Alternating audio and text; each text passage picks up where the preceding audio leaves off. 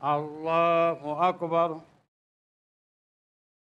1446ኛው የኢድ አልፈጥር በዓል በአዲስ አበባ ስታዲየም በተለያዩ ሃይማኖታዊ ስርዓቶች በድምቀት ተከብሯል። አላሁ አክበር አላሁ አክበር አላሁ አክበር።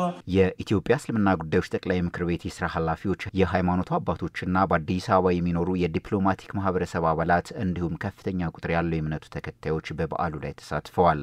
አላሁ አክበር ማሱና አላሁ አክበር صلينا الله أكبر مرتفعنا ከኤሚን ጋር ቆይታ ያደረጉት የአዲስ አበባ እስልምና ጉዳዮች ከፍተኛ ምክር ቤት ዋና ጸሐፊ ሼህ ሁሴን በሽር ህዝበ ሙስሊሙ ያለፉትን 30 ቀናት በጾም በጸሎትና በመረዳዳት ልዕልና ያለው ባህሪን ተላብሶ ስለማሳለፉ አስታውሰዋል። ረመዳን ከገባበት ዕለትና ቀን ጀምሮ ከአላህ ጋር የሚያገናኙትን መስመሮችን በማጠናከርና ምናልባትም ከዚህ በፊት የነበሩ የጎበጡ ሐሳቦችና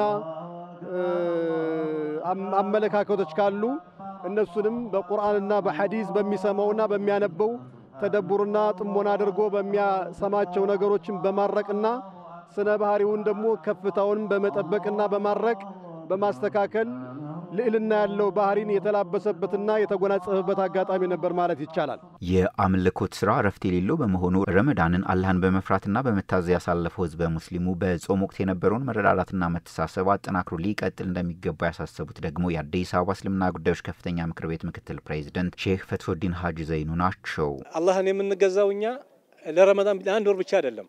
ረመዳን ላይ የነበረን ትብብር፣ ረመዳን ላይ የነበረን አንድነት፣ ረመዳን ላይ የነበረን እርስ በርስ የመደጋገፍ ባህላችን አላህ ሐዩላ የሙት ኢላ የውመል ቂያማ የሚቆይ ጌታ ነውና የምንሰራው ነገር ያያል ይመለከታል። በዛም ነገር ደግሞ አላህ ጀዛአችንን ይከፍለናልና ኸይር ስራ መቀጠል ያስፈልጋል።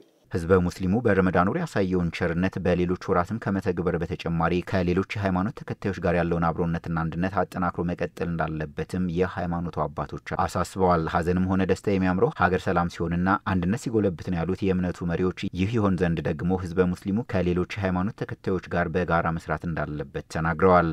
ያለችን አንድ ሀገር ነው። ሰው በሀገሩ ነው የሚከበረው። ክብራችን፣ ሞገሳችን፣ አንድነታችን፣ ህብረታችን፣ ማንነታችን የሚለካው በሀገራችን ነው። ሌላ ሀገር ስለሌለና ሀገራችን ላይ ስንኖር ደግሞ ያመለካከቱ ልዩነት ይኖራል።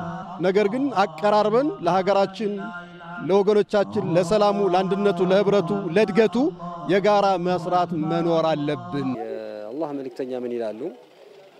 በባህር ላይ እየሄዱ ያሉ ሰዎች ባለ 2 ፎቅ ወይም ባለ 3 ፎቅ መርከብ ቢሆን የታችኞቹ ውሃ ለማግኘት ብለው ቢቀዱት ዝም አትበሉ ከልክሏቸው። ምክንያቱም የጋራ የሆነቻችን መርከቧን ምን ሊያረጋት ሊያሰምጧት ነው።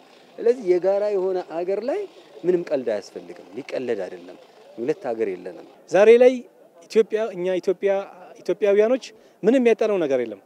አሁን ያጣነው ዩኒቲ ነው፣ አንድነት ነው፣ ወህዳ ነው፣ መደመር ነው ጠቅላይ ሚኒስትሩ እንደሚሉት። ስለዚህ ይሄንን ሃይማኖታችንንም ሀገራችንንም ራሳችንንም ከፍ ለማድረግ እነዚህ ነገሮችን መጠበቅ ያስፈልጋል። በረመዳን ወር የነበረው መተሳሰብና መረዳዳት ተጠናክሮ እንዲቀጥል ሃይማኖቱ በሚያዘው መሰረት የተቸገሩትን በመርዳትና በመተጋገዝ በዓል እንደሚያሳልፉ ደግሞ ሐሳባቸውን ለኤምኤን የሰጡ የበዓሉ ተሳታፊዎች ተናግረዋል። የዘንድሮው የረመዳን ወርና የኢድ አልፈጥር በዓልም የኢትዮጵያውያን አንድነትና አብሮነት ጎልቶ የታየበት እንደነበር ተሳታፊዎቹ አንስተዋል። ረመዳን መጥቶ እንግዲህ ያልተማረ ሰው እንግዲህ በጣም ይከብዳል። ረመዳን እኮ ብዙ ነገር አስተማሪ ነው፣ ጸባይን የሚቀየር ነው።